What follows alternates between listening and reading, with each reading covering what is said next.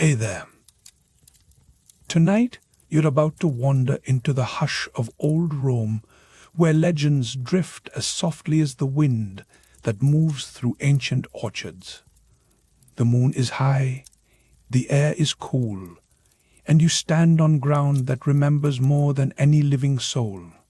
This is a story that pretends to be simple, but by the end, you'll discover something quietly astonishing. An ordinary object in the orchard that holds a secret even the gods find inconvenient. If you find yourself drifting off to this gentle unraveling, only like and subscribe if you truly love this kind of slow-burning myth. And tell us in the comments where you're listening from and what time it is. It's comforting to imagine us all, scattered across the world, settling in for sleep together. Dim your lights, find a comfortable spot, and let the ancient night slip around you like a well-worn blanket. You are standing at the edge of an ancient Roman orchard, beyond the reach of any city's glow. The grass feels thick and soft beneath your sandals, cool with dew.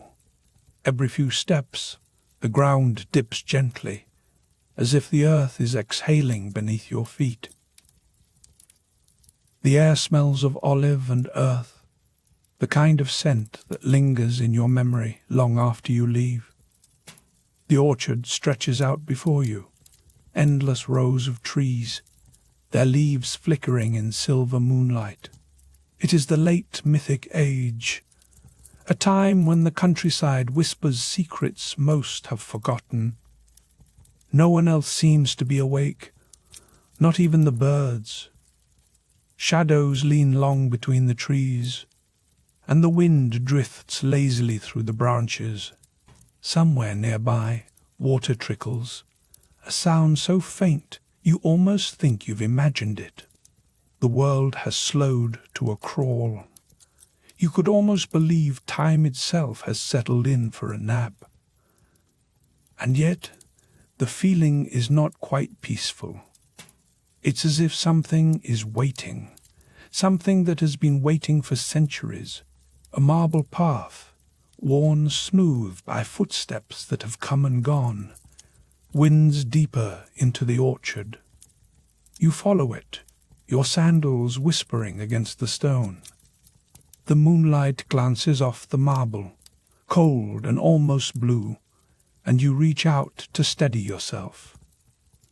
The surface is cool, almost shockingly so, as if it holds the memory of 1,000 quiet nights. The air grows even quieter here. Even the wind seems to hesitate. You notice, tucked among the trees, a faded stone marker. The inscription is nearly worn away, but you make out a single word, ordo. The Romans loved order, even out here, far from any forum or senate. But you know, deep down, that divine order has little patience for stillness. Even in places built for forgetting, something always stirs. You pass under a low arch of twisted branches, the leaves brushing your shoulders. The orchard seems to breathe around you, each tree a silent witness to centuries of secrets. You wonder how many stories have started and ended beneath these branches. Somewhere in the distance, a fox cries, a thin, lonely sound that echoes between the trees. You pause. The sound fades, replaced by the soft hush of wind. There is a reason you're here, though you can't quite remember it yet. That sense of almost memory hovers, shimmering at the edge of your thoughts. The orchard feels both empty and full, as if every shadow holds a story that refuses to be told. You breathe in the cool air, and the scent of olives grows stronger. You come to a clearing. At its center stands something unexpected, a silver sundial, gleaming in the moonlight. It is out of place, a relic of sunlight in a world made for sleep. The dial's face is smooth, unmarked by numbers or names. Only the slender shadow, cast by the moon itself, points into the darkness.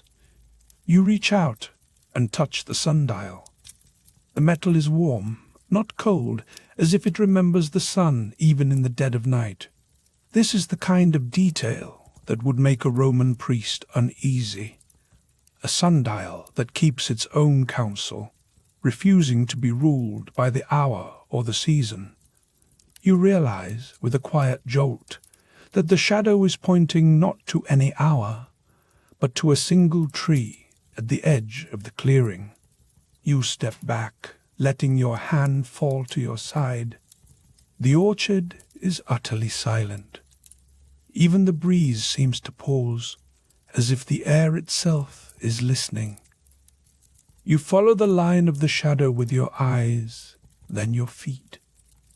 The grass here feels softer, almost springy, and the earth gives a little under your weight. As you approach the marked tree, you notice something else. At its base, the ground is perfectly smooth. Not a single weed grows here. The roots are hidden, and the bark is unbroken. You kneel, pressing your palm to the earth. It is cool and faintly damp, but beneath the surface you sense a pulse, steady and slow. For a moment you wonder if you've stumbled into a story older than Rome itself. The orchard seems to lean in, branches sighing overhead. You remember the claim whispered among villagers. The mountain that watches over this land tolerates no shrines, no offerings, not even a carved stone left in thanks. There are no relics here, no coins pressed into the soil, no scraps of cloth tied to the branches. The gods, it seems, have been politely asked to keep their distance. In their absence, memory becomes the only offering. The orchard keeps its own history, slow and stubborn. You look up, following the gentle slope of the land. The mountain looms in the distance, a dark shape against the stars. Its presence is patient, unmoving. You recall that the seasons pass slowly here. Spring lingers, summer hesitates, and autumn arrives with a sigh.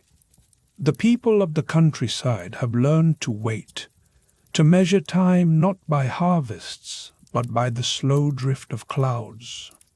You rise, brushing earth from your hands. The tree before you stands perfectly still, its leaves unmoved by any breeze. You circle it once, then twice, searching for a mark or a sign. Nothing. Only the hush of old Rome and the steady beat of your own heart.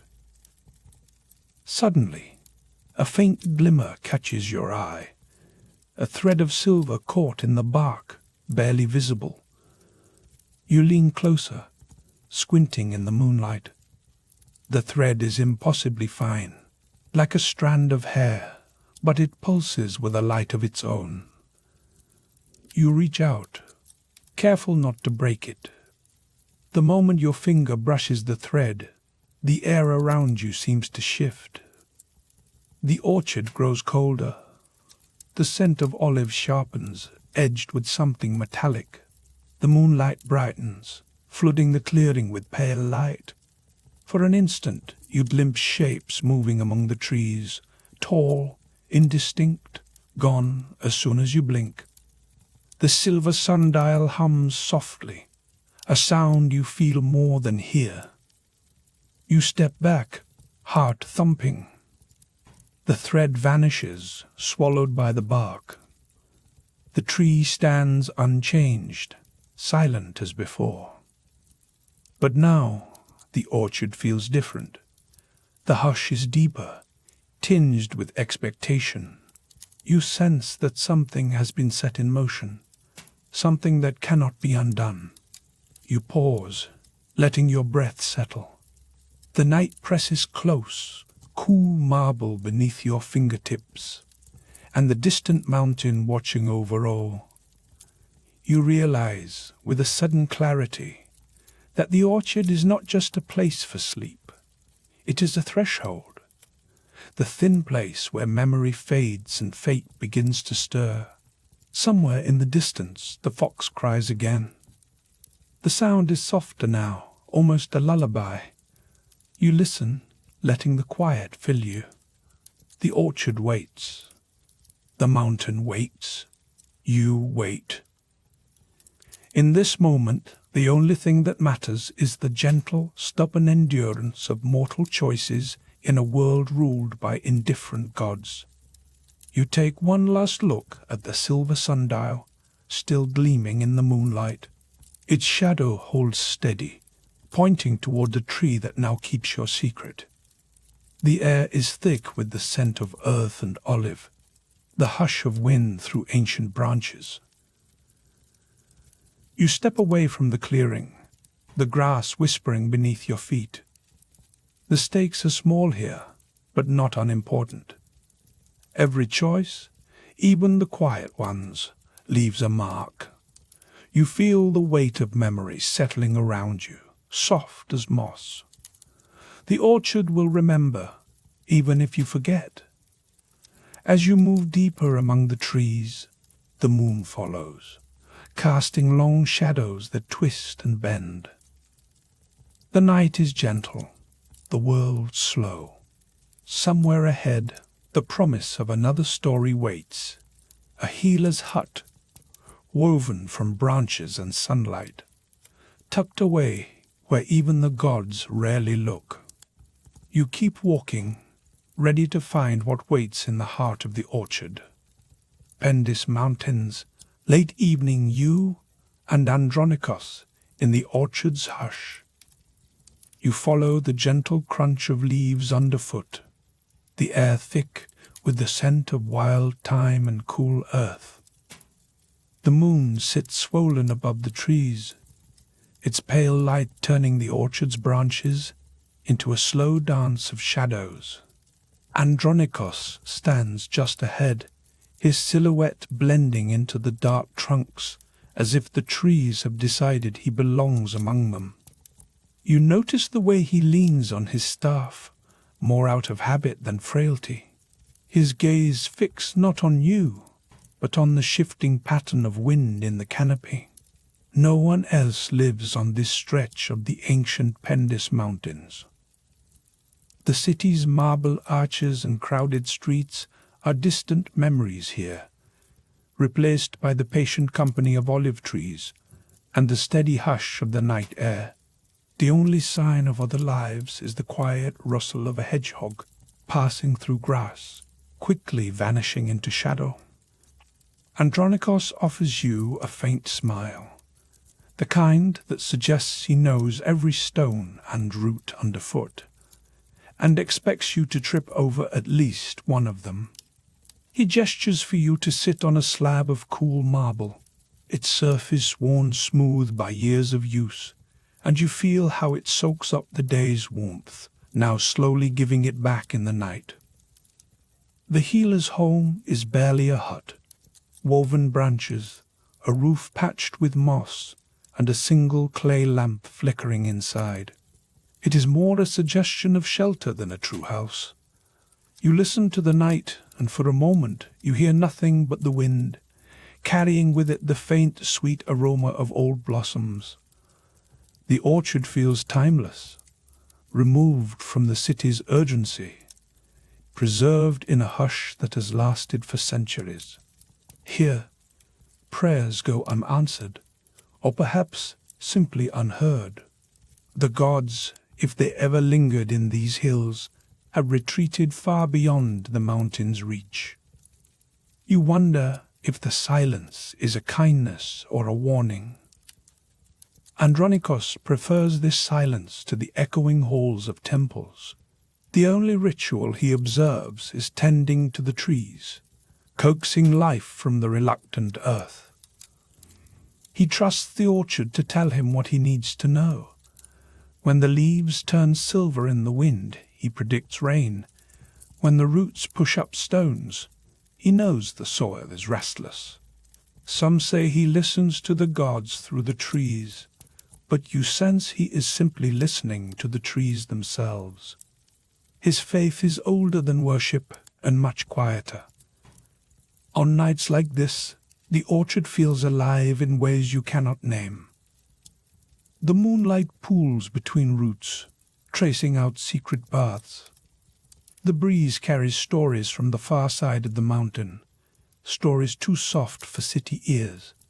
You notice that the usual chorus of night creatures, crickets, owls, the distant bark of a fox, has faded into a watchful silence. Even the orchard's own birds seem to keep their distance, perching at the very edge of the trees, as if waiting for a signal you cannot see. You ask Andronikos about the absence. He shrugs and says, "Sometimes the mountain keeps its secrets. Tonight it's keeping them from everything with wings or claws." He says this with a wry smile, as if he has seen stranger things than a quiet orchard. You nod, feeling the gentle pressure of unspoken stories in the air. A sudden shift in the wind brings a faint, shimmering rustle, and for a moment the petals on the nearest tree seem to glow, catching more moonlight than they should. The blossoms pulse with a soft, silvery light, brighter than you remember ever seeing. You reach out, fingertips brushing the delicate petals. The coolness surprises you, as if the tree has borrowed its glow from the moon itself. Andronikos watches, his eyes reflecting both curiosity and caution. He does not move closer. He simply says, "It does this sometimes, but only when the moon is full and the air is heavy." The consequence is immediate. The orchard feels less like a place and more like a boundary. Something is being kept out or in. The healer's voice is soft, almost lost in the wind. "No god has walked these mountains in 100 years, maybe more," he murmurs. "They have no business here, not anymore." His words settle over you like a blanket, both comforting and oddly lonely. The gods, it seems, have given up on the orchard, and perhaps on those who live here. But the trees remain, stubborn as ever, clinging to their patch of earth. You notice your own breath slowing to match the rhythm of the orchard. The hush is broken only by the quiet snap of a twig somewhere deeper in the grove. Andronikos closes his eyes and listens, as if waiting for the trees to speak. You realize that nothing in this place happens quickly. Time itself unspools at the pace of leaf and root. In the moonlight, you spot a small pile of stones near the base of an ancient olive tree. The rocks are arranged in a rough spiral, half buried in moss. You ask Andronikos about it, and he shrugs again. "Old markers," he says. "People used to leave little spirals like that when they wanted to remember something." He doesn't say what they were trying not to forget. It's a reminder that memory fades, even on a mountain where nothing else seems to change. The effect is clear. The orchard remembers what people have forgotten in its own quiet way. You let your hand rest on the marble slab, tracing the faint grooves left by years of weather. The stone feels cool, grounding you in the present. But you can almost imagine the generations who have sat here, listening to the trees and the wind. The healer's staff taps softly against the earth, marking time. The only real threat here is the slow erosion of memory, the way stories fade when no one bothers to retell them. Andronikos stands and stretches, his joints creaking like old wood. "The mountain asks for little," he says, but it keeps what it is given. His words hang in the air, as if waiting for you to answer.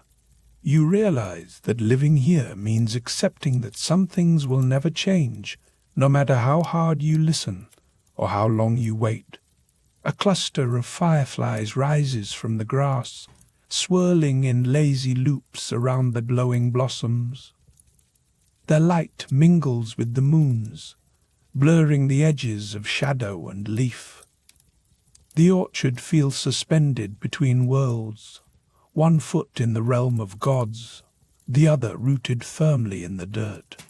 For a brief moment, you feel as if you could step sideways out of time, vanish into the hush and never be missed. It means that the orchard's quiet is not emptiness, but a kind of waiting.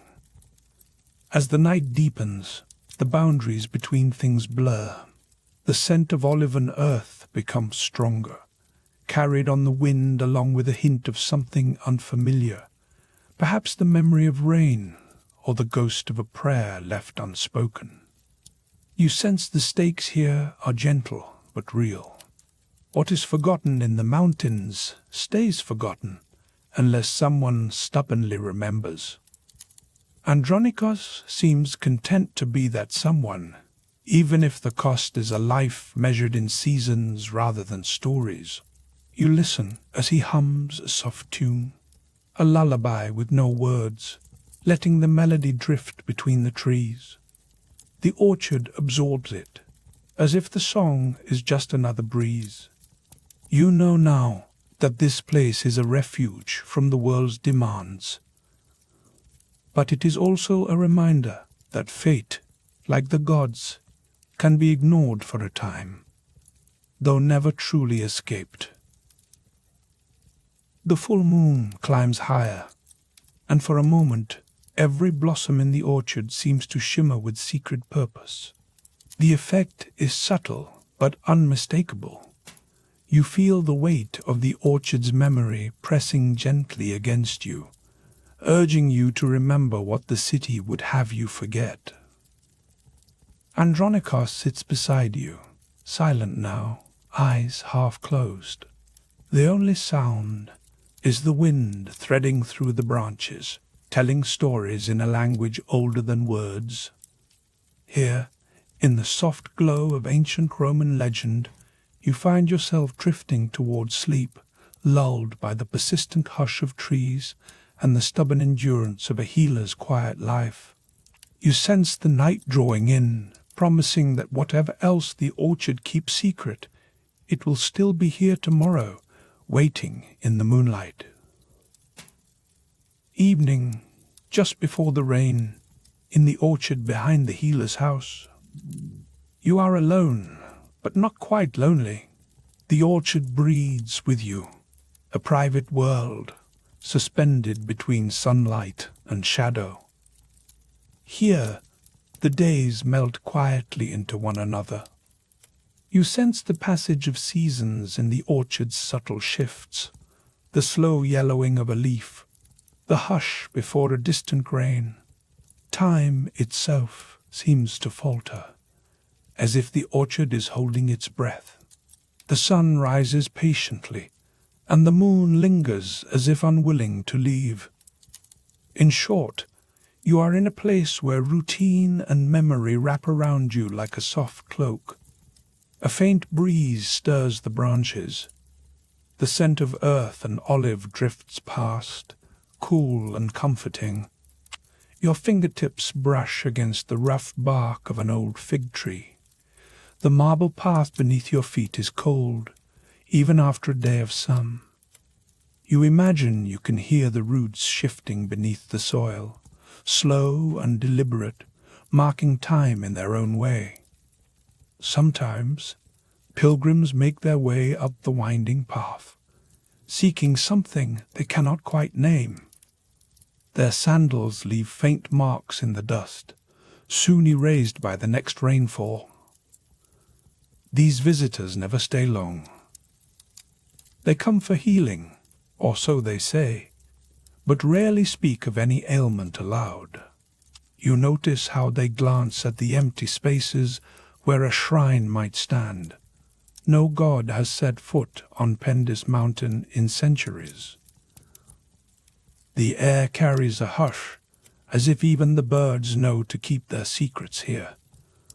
When the pilgrims arrive, you watch from the shadow of the olive trees. Andronikos meets them with a small nod, neither welcoming nor cold. He listens while they talk, sometimes in riddles, sometimes in silence. His hands are gentle, his voice low. There are no shrines here, no relics or offerings, only the soft light, the wind in the leaves, and the faint echo of footsteps on marble. You have never seen Andronikos ask for coin. This is a place where the currency is time, not silver. Sometimes a pilgrim will leave a sprig of thyme or a folded scrap of homespun cloth, tokens of gratitude that Andronikos places in a small wooden box. The box is never full. The offerings seem almost accidental, as if dropped by forgetful hands. You notice, after several such visits, that the orchard itself changes. The figs swell a little more slowly. The olives ripen with a kind of reluctance. You wonder if the land is listening, absorbing the hopes and disappointments of each traveler. Perhaps the mountain has grown tired of wishes that never quite come true. Perhaps you have too. On this particular evening, the hush is deeper than usual. The sky hangs low, heavy with clouds that glow faintly in the moonlight. The air smells of distant rain and old stone.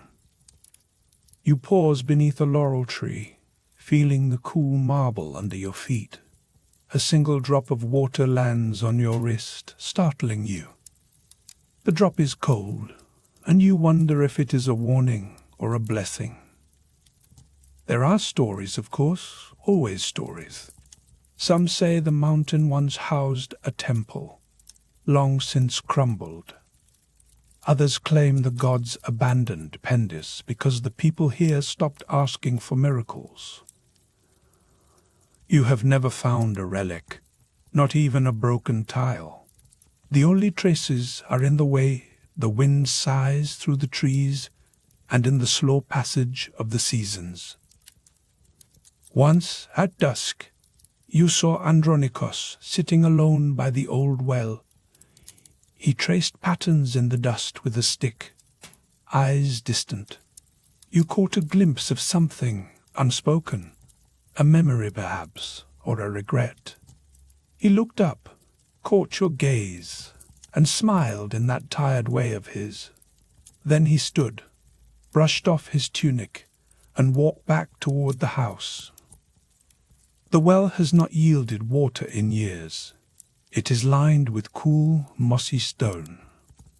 You sometimes sit beside it, listening to the echo of your own breath.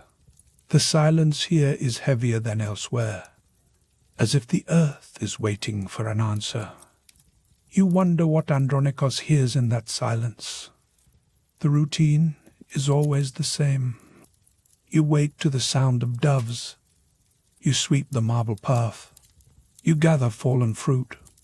Andronikos tends to his herbs, always in the same order. There is comfort in repetition and a kind of safety. Yet you sometimes catch yourself wishing for something to break the pattern, a sign perhaps, or a forgotten ritual revived. One morning, a pilgrim leaves a lock of hair tied with blue thread beside the laurel. You find it before Andronikos does.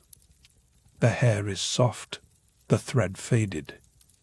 You hesitate before picking it up. When you finally show it to Andronikos, he only shrugs. Some things are meant to be left behind, he says. His voice is gentle, almost amused. You tuck the offering into the wooden box, wondering who will remember its meaning. The consequence is simple. The orchard absorbs this, too, and remains unchanged. The cost of resisting fate, you realize, is measured in small, forgotten offerings. No one marks the passing of the gods here. The mountain is quiet, and so are you. Yet memory lingers, stubborn as moss on stone. As the rain begins, you retreat beneath the eaves of the house. The sound is soft, steady, soothing. Andronikos sits by the window, watching the drops trace paths down the glass. He says nothing, and neither do you. There is nothing to say. You wonder whether the mountain feels the rain, or simply endures it. The orchard is washed clean. The marble glistens. You rest your hand on the cool stone and close your eyes. For a moment, you imagine you can hear footsteps in the distance, faint, almost lost. The air is thick with the scent of wet earth and distant olive. You let it fill your lungs. In this place, seasons pass slowly, and memories fade even more slowly. The orchard keeps its secrets, and so do you. The moon rises, pale and unhurried, as if it, too, has nowhere else to be. You find yourself wishing for sleep, knowing that tomorrow will arrive in its own time. The only thing that changes is you. That, more than anything, is why you stay. On certain nights, the orchard's blossoms seem to capture the moon's glow, shining faintly as you walk beneath them. Moonrise, late spring, you alone among the silent orchard's drifting light. Tonight, the air lingers cool against your cheeks. Each step presses the soft grass, and dew clings to your sandals. You walk beneath the tangled boughs as though the trees are old friends, their blossoms cupping the moon's glow in delicate silence. The orchard seems to breathe with you, inhaling and exhaling that hush only ancient places know. Somewhere in the distance, a fox watches from behind a low stone wall, its eyes catching the faintest glint of silver. Birds, usually restless at night, perch motionless, as if time has paused for them too. Here, even the wind slows down. It winds between the trunks, carrying a scent of cool earth and the bittersweet hint of crushed olive leaves. The world beyond the orchard's edge feels impossibly far away. In this moment, you are both guest and trespasser, tiptoeing through a secret that refuses to give itself a name. You pass beneath a branch heavy with white petals. Their glow seems brighter tonight, as if the moon has poured itself into them. The petals are almost translucent, trembling with a light that comes from nowhere and everywhere at once.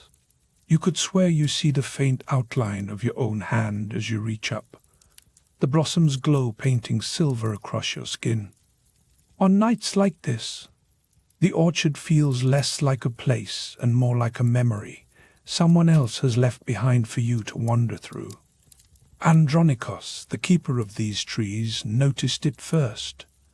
Of course he did. He always saw what others overlooked.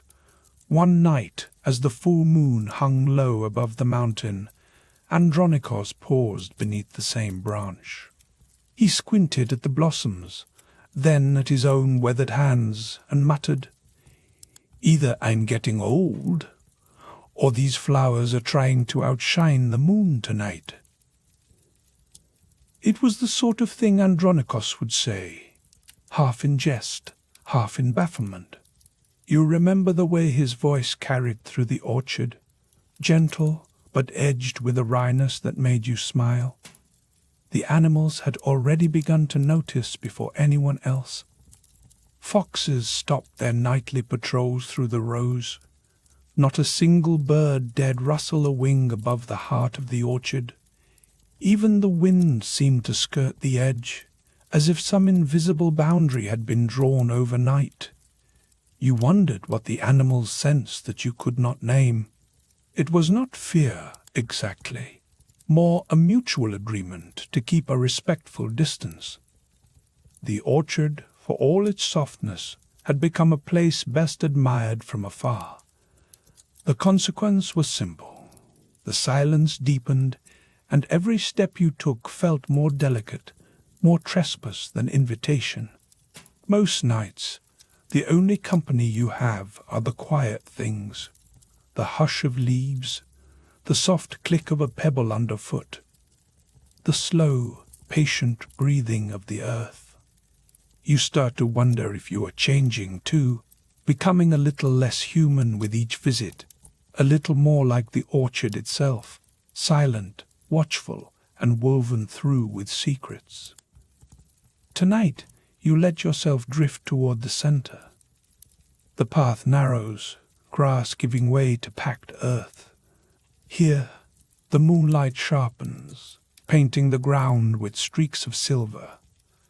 At the orchard's heart you find it, a sundial, standing alone in a circle of bare soil. The sundial is not the battered bronze you might expect. It gleams silver, untouched by rust, and its face is cold beneath your fingertips. On nights like this, the dial's shadow points nowhere, lost in the bright moon. You wonder who placed it here, and what hour it is meant to mark. The sundial is smooth, almost too perfect. No inscriptions, no names. Just the soft chill of metal and the faint impression of time paused. There are no shrines nearby, no offerings of milk or grain, no tokens for the gods. The mountain's summit, visible just beyond the trees, holds nothing but stone and wind. You can almost taste the absence, no incense, no prayers, just the clean tang of night air. The consequence is that you feel alone, but not unwelcome. Still, the orchard has a reputation. In the villages below, people whisper that Andronikos's trees are different. Some say the fruit heals the sick, or that the blossoms bring luck in love. Pilgrims climb the winding paths, hoping for a cure or a sign. Sometimes they find Andronikos sitting cross-legged in the grass, his eyes half closed, listening to the wind. He never turns anyone away. Yet, when they ask about the orchard's magic, he only shrugs and says, "The trees keep their own counsel." You once watched a woman from the valley approach, her hands trembling around a basket of withered figs. She set her offering at the foot of the sundial, knelt, and whispered a prayer you could not quite hear. When she left, the figs remained untouched, and the sundial's shadow never moved. The orchard absorbs these gestures, swallows them whole, and continues its quiet vigil. The villagers' stories grow with each retelling. Some claim the orchard is watched by a minor god, forgotten by Rome and left to tend a patch of earth. Others insist the sundial is a relic, a gift from a time when gods still wandered these hills. But you have seen no god-footed tracks in the dust, no divine footprints pressed into the grass. No god has stepped onto Pendis Mountain in centuries. You wonder if that is a blessing or a curse. What remains, then, is you. Mortal, curious, and perhaps just a little stubborn. You press your palm to the sundial's face, feeling the moon-chilled metal. In that moment, you sense the weight of all the years that have passed since a god last walked this orchard. The air thickens with the ache of memory, and the trees seem to lean closer, as if listening for a voice that will never return. The consequence is that you carry the story forward, even if you do not fully understand it. You remember how Andronikos once explained fate to a shepherd boy who came seeking a cure for his limp. The gods have long memories, he said, but they tire of mortals who ask too many questions. Sometimes, the best thing is to let the orchard sleep. The boy nodded, unconvinced, and shuffled away. You wonder if you are any wiser than that boy, or if you too are just waiting for a sign that will never come. The orchard is not a place of miracles, not exactly.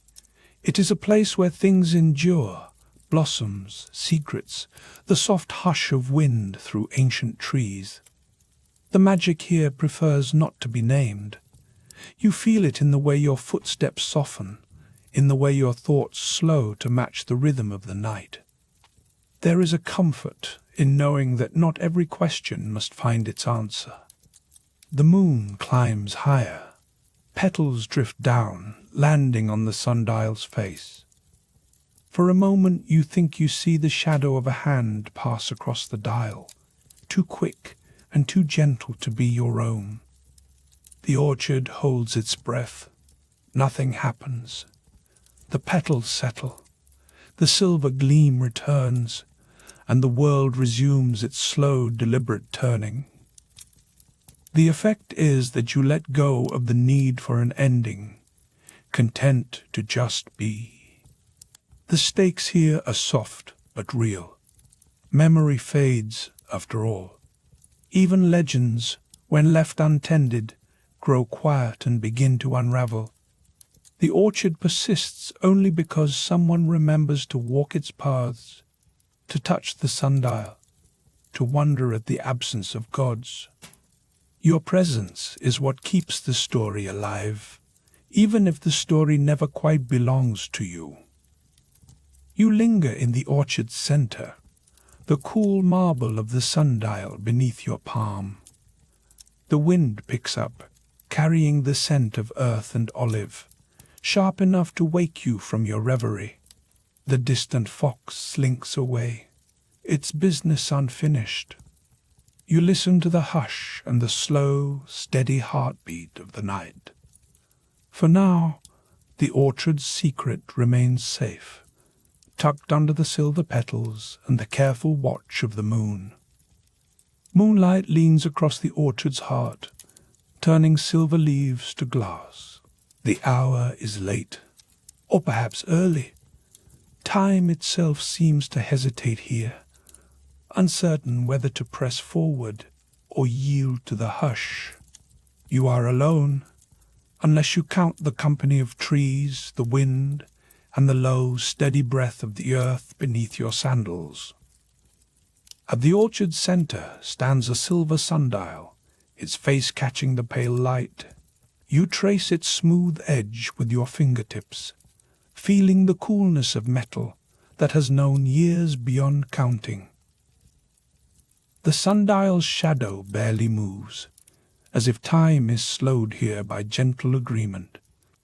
You stand in a place where ritual is quiet and memory lingers like dew. The marble pedestal beneath the dial is cool, and each carved numeral, unfamiliar yet oddly comforting, marks not just the hour, but the stubbornness of those who tried to keep order in a world ruled by gods who rarely glance down for long. Wind stirs the olive branches above you, carrying the faintest scent of crushed green and a deeper note of earth. Somewhere, a night bird mutters its opinion of the hour. You imagine Andronikos, the orchard's quiet keeper, padding barefoot through this grove years ago. Andronikos preferred the company of trees and wind over temples and gods. He was the kind of Roman who could recite the names of every root and leaf, yet forgot the proper arrangement of incense for Juno. It made him a bit of an outlier in a world where even the laziest dog was expected to know which gods deserved a respectful nod. Tonight, you find yourself drawn to the sundial's frozen shadow. The moon, swollen and watchful, hangs low above the orchard, refusing to set. Nights here stretch longer than they should, as if the orchard itself resists the coming of dawn. You try to recall the last sunrise, but your memory yields only a blur of soft gold and drifting mist. It is as if the orchard conspires to keep you here, suspended in this gentle pause. A curious thing about Roman legends: the gods never tolerated stillness for long. Divine order, as they called it, was always in motion, reshuffling destinies and tugging at mortal choices. Even in this sleepy grove, you sense the weight of that rule. The air is peaceful, but beneath the hush runs a current of expectation. Something, or someone, is meant to move. The marble beneath your hand is slick with the faintest trace of dew. You press your palm flat, feeling the chill seep into your skin. Each time you exhale, the mist of your breath curls away, vanishing before it can reach the sundial's edge. You wonder, briefly, if Andronikos ever tried to capture the shadow's slow crawl with his own fingers. Would he have found comfort in its reluctance, or grown impatient with its refusal to obey the ordinary march of hours? Seasons on this mountain pass slowly, like a story told by someone with nowhere else to be and nothing to prove.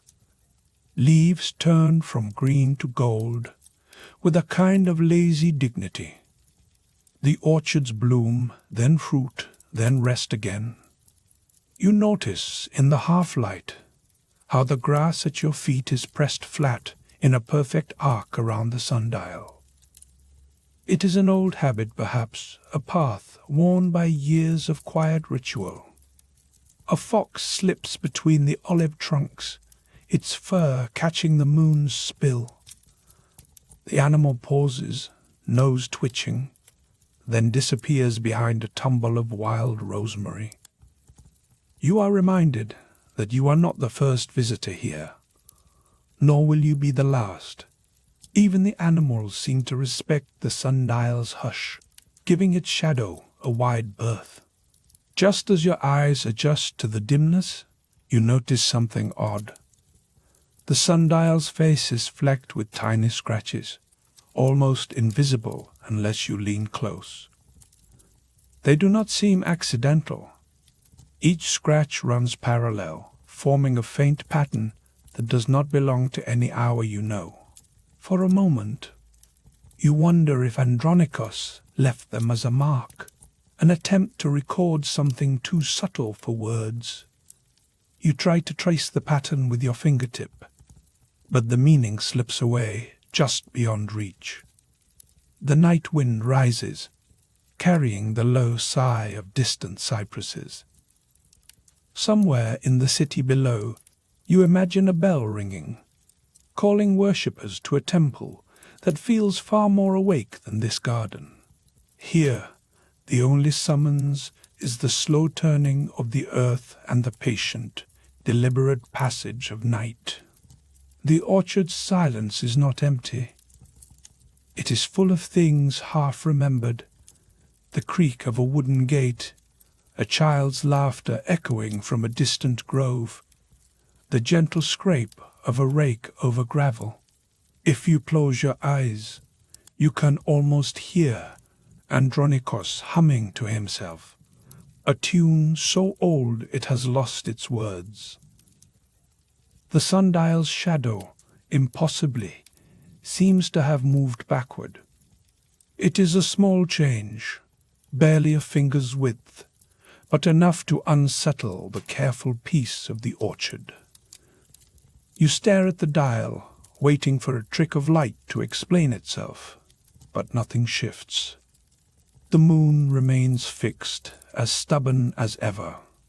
In this moment, you are aware of the delicate balance between order and memory. The gods may not tolerate stillness, but here, in the orchard's center, time itself bends to the will of those who linger long enough to notice.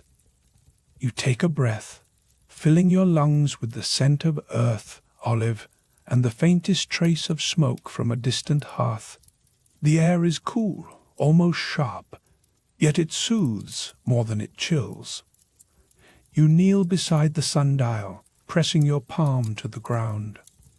The soil is damp, and beneath it, stone pulses with the slow rhythm of ages.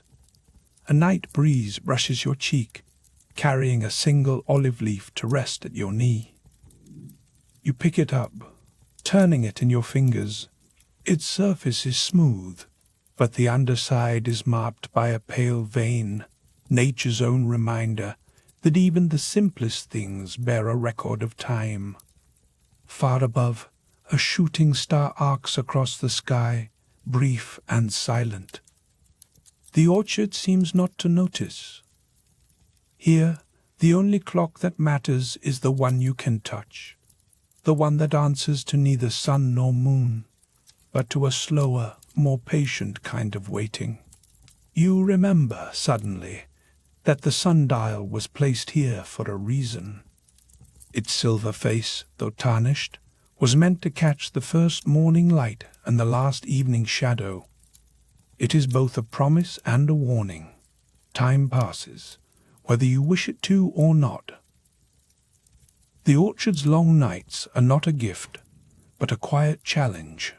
How long can you remain in the pause before something, memory, fate, or simply dawn itself, calls you forward? The consequence is simple.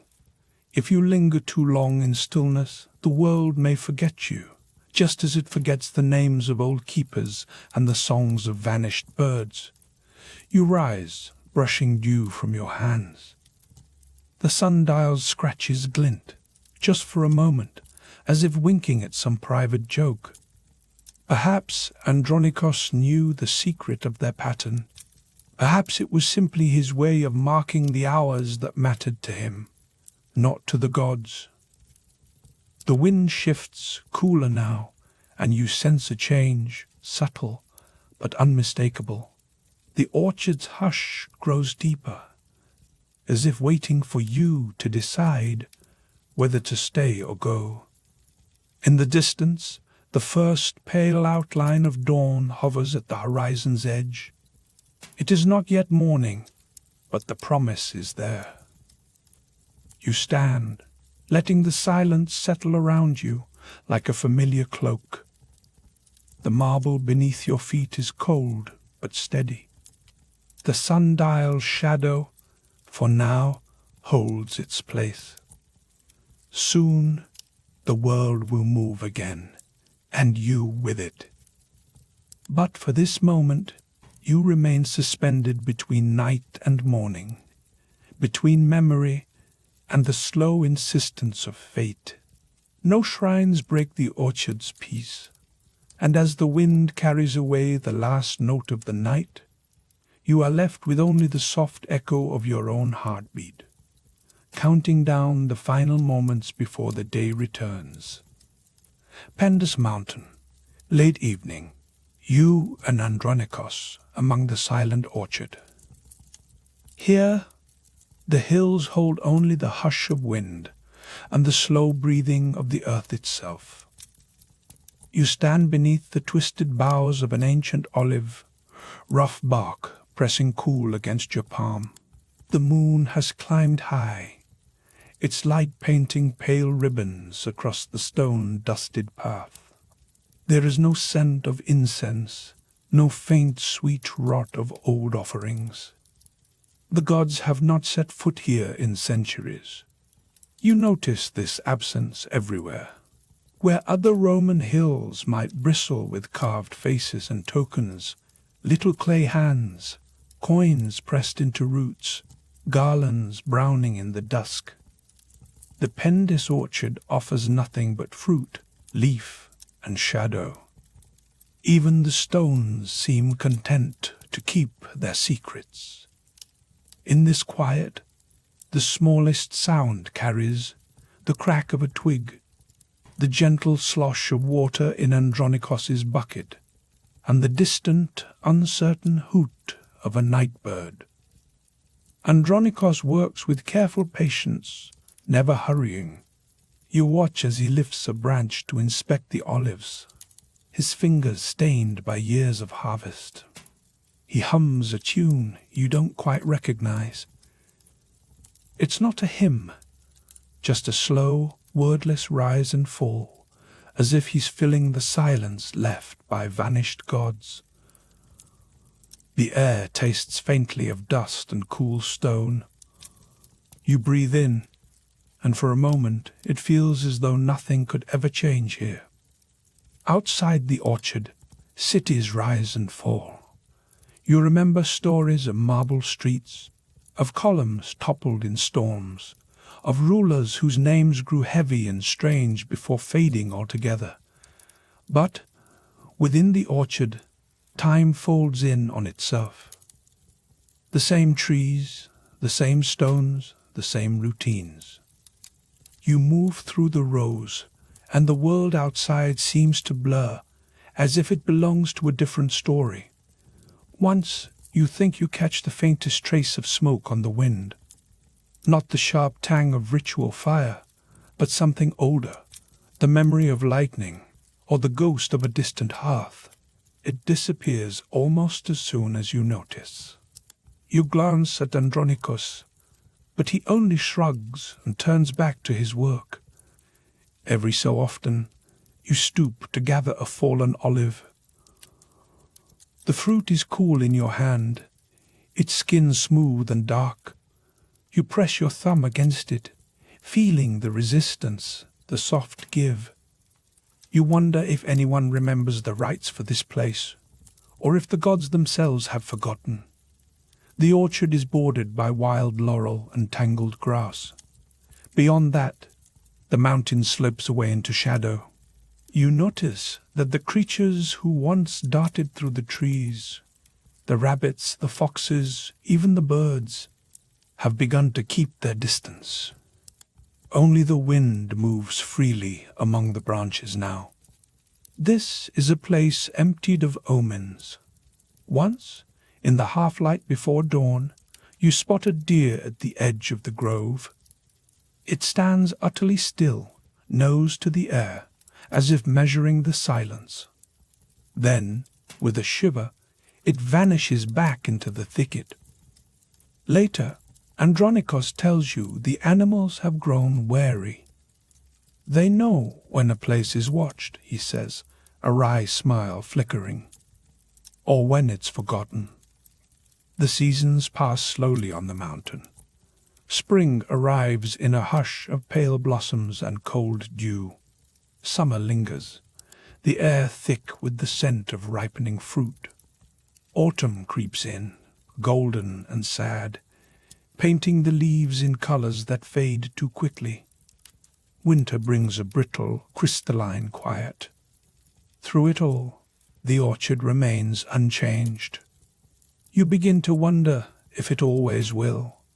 Time here is less a river than a pool, deep and unmoving. You sense the years pressing gently against you, like water against skin. Sometimes you find yourself repeating the same actions, tying a loose branch, sweeping dust from the stone path, tracing the same simple pattern in the earth with your toe. You half expect to see your own footprints from last season, still crisp in the soft earth. One afternoon, you notice a mark on the trunk of the oldest tree. It looks like old writing, half erased by wind and rain. You cannot read it. The marks are shallow, almost playful, as if carved by a hand that did not care to be remembered. Andronikos laughs. A child's work, he says, or a god's maybe, when they were bored. Breather, the mark stays with you, a small reminder that everything leaves a trace, even when forgotten. You grow used to the rhythm of days here. Dawn brings a chill and a slow golden light. Evenings are gentle, edged with the sound of distant water. Sometimes you catch yourself listening for something more, a voice, a sign, the quiet footfall of a returning deity. But the orchard only offers its usual silences. You find yourself drawn to the old garden at the orchard's center. There, the marble bench is worn smooth by centuries of use. You sit, feeling the cool stone beneath your fingers. Above, the moon drifts behind a veil of cloud. The garden smells of earth and olive, tinged with the sweetness of fallen fruit. You close your eyes, and for a moment you imagine the gods returning, just to sit beside you in the dark. Instead, you hear only Andronikos's soft footsteps on gravel. He sits beside you, not speaking. After a long pause, he offers a half smile. "Strange," he says. "Some places are meant to be watched, even if no one is watching." "Brother," his words settle in the air, gentle and unhurried, like dust on old stone. "You think about the stakes here, though they are quiet ones. If memory fades, what remains? The orchard endures because of routine, not reverence. You sense the cost of resisting change, the comfort and the sadness of living in a world where the gods have moved on. The choices you make are your own, but their meaning feels fragile, like the skin of a ripe olive. Night deepens. The wind stirs, carrying the scent of wet earth and distant pine. You rise from the bench, stretching. Your footsteps echo faintly on the path, each one a small claim against the silence. You wonder if the orchard will remember you, or if your presence will vanish as quietly as the gods once did. At the edge of sleep, you think you hear laughter, not mocking, but soft, as if carried by the wind from some forgotten festival. It fades before you can be sure. The orchard settles again, wrapped in moonlight and memory. Breather, the quiet is complete, yet you feel the faint pulse of possibility beneath it all. You return to your small room at the orchard's edge. The window is open, letting in the cool night air. You lie down, the scent of olive wood following you into dreams. The marble floor is cold beneath your feet, grounding you in the present. Outside, the mountain waits, patient as always. As sleep tugs at you, you picture the world beyond the orchard. Cities still rise and fall. Lives flicker and fade. But here, in this quiet corner of the ancient Pendis Mountains, nothing and everything remain possible. Once more, you sense the hush of wind through ancient trees and the soft brush of moonlight on your skin. You listen, just in case the gods decide to return, or the orchard itself chooses to speak. You drift into sleep, the orchard's peace settling over you like a faded memory. Nothing has changed, and yet something feels subtly different.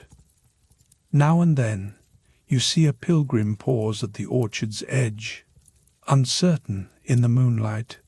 Pendis Mountains, late evening, Andronikos and you among moonlit trees. You stand at the orchard's edge, the grass cool and damp against your sandals. The air holds the hush of night, only broken by the faint rustle of olive leaves. In the distance, the soft glow of a pilgrim's lamp winks and wavers, uncertain. You watch as the figure hesitates, the way everyone does here, as though the orchard itself is a gentle barrier. Andronikos stands a few paces away, the folds of his worn tunic catching the blue-white light. He nods to the approaching visitor, his greeting as quiet as the breeze. The pilgrim's step is careful. Every movement feels slow, as if the mountain demands respect, or at least patience. The earth beneath your feet is cold, and you sense the weight of centuries in the stones around you. This is how it often goes. Pilgrims arrive with silent aches, some hope for healing, others for an answer, a sign, or simply a soft place to rest. Stories are traded in low voices. You listen as Andronikos asks the same question he always does, his tone gentle. What brings you to the orchard, so far from the shrines? The answer is never quite the same, but it always ends with a small, tired hope, perhaps a wish for sleep, or for a wound to fade, or for a memory to soften at the edges. No one ever mentions the gods by name. You realize this after the third or fourth visitor. There are no prayers here, no grand offerings. The only relics are the trees themselves, their bark silver and old. You remember that Andronikos prefers it this way. He trusts the company of wind and branches over marble and incense. You wonder if the gods notice. A fox slips through the shadows, but does not cross into the orchard. The animals of the Pendis Mountains have learned to keep their distance. Even the night birds pause at the boundary, as if the orchard is marked by an invisible thread. You kneel and touch the earth, feeling the hush echo through your fingertips. The grass is cool, the scent of olive rising with each breath. Sometimes a pilgrim leaves a token at the roots of a tree, a scrap of cloth, a wooden bead, a pressed flower. Andronikos never gathers these. He lets them fade into the soil, unnoticed by anyone but the worms. You sense that this is more meaningful than any polished shrine. The mountain has no altars, no carved stones, no firelight dancing on gold. Only footprints and quiet hopes remain. The meetings are brief. Andronikos listens, nods, and sometimes presses a palm to a pilgrim's brow. His words are soft, sometimes lost in the wind. You hear the murmured promise of rest, or the gentle suggestion that a wound will mend in time. No miracles, no thunderclap of divine power. Just patience and the comfort of being seen. When the pilgrim departs, Andronikos lingers, his gaze following the receding lamp. He rarely speaks after these encounters. You sense him weighing the stories, adding them to the orchard's memory.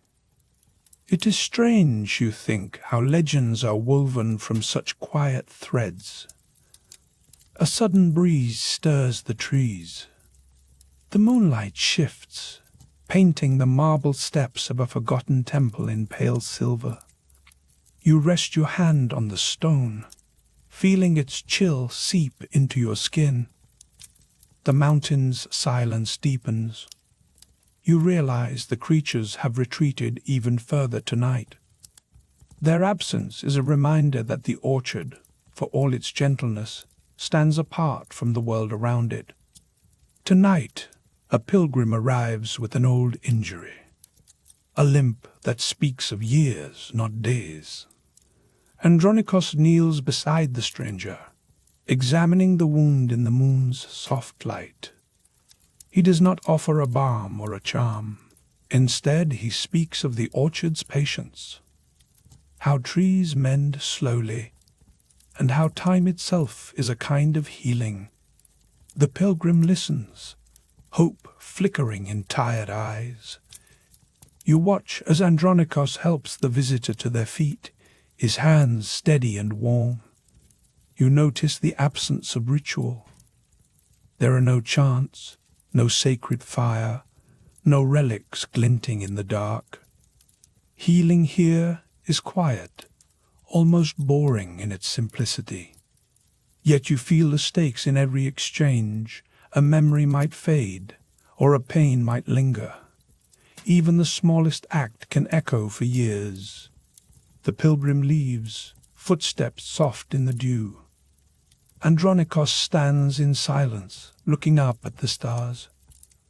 You wonder if he thinks of the gods, or if he trusts only the wind and the slow growth of trees. The orchard seems to breathe around you, its branches shifting in the night. You wander between the trees, trailing your hand across rough bark. The orchard feels endless, though you know its boundaries by heart. Each tree holds a story, though most are forgotten. You pause near a gnarled olive, its trunk split by age. The scent of earth and dust lingers here, mixed with the bittersweet tang of old fruit. In the distance, a faint melody drifts through the air. It is not music exactly, more like the wind catching on hollow stones. You listen, half expecting a voice, but hear only the hush. For a moment you consider following the sound, but the orchard holds you fast. The world outside is vast, but here time feels slow, almost circular. The Pendis Mountains loom above, their peaks lost to shadow. You think of the stories that brought you here, tales of gods indifferent to mortal choices, of heroes who faded into legend because they dared to resist fate. You wonder if Andronikos, in his quiet way, is doing the same. The thought lingers, unresolved. A cool wind brushes your cheek, and you shiver. The night deepens, and the orchard grows darker. You sense the memory of all who have passed through, pilgrims, wanderers, and those who came seeking something they could not name. Their hopes linger in the grass, soft as dew. You sit on a low stone wall, the marble cold beneath you. The scent of olive and earth fills your lungs. Above, the stars wheel slowly, indifferent and beautiful. You close your eyes, letting the hush settle over you. The only sound is the wind, carrying the stories of the mountain. In this moment, you understand why the creatures keep their distance. The orchard is a place of memory, not miracles. Here, the cost of resisting fate is measured in quiet choices, in the endurance of wounds, and in the fading of names. You open your eyes to the moonlit trees and feel a kind of peace, tinged with longing. You remember Andronikos's words to the last pilgrim. Time is the gentlest healer. The phrase echoes in your mind.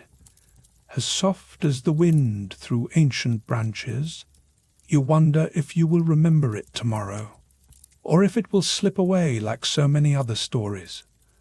The night grows colder. You draw your cloak tighter, feeling the weight of sleep pressing in. The orchard's silence is complete now, broken only by the distant call of an owl. You listen, letting the quiet fill you.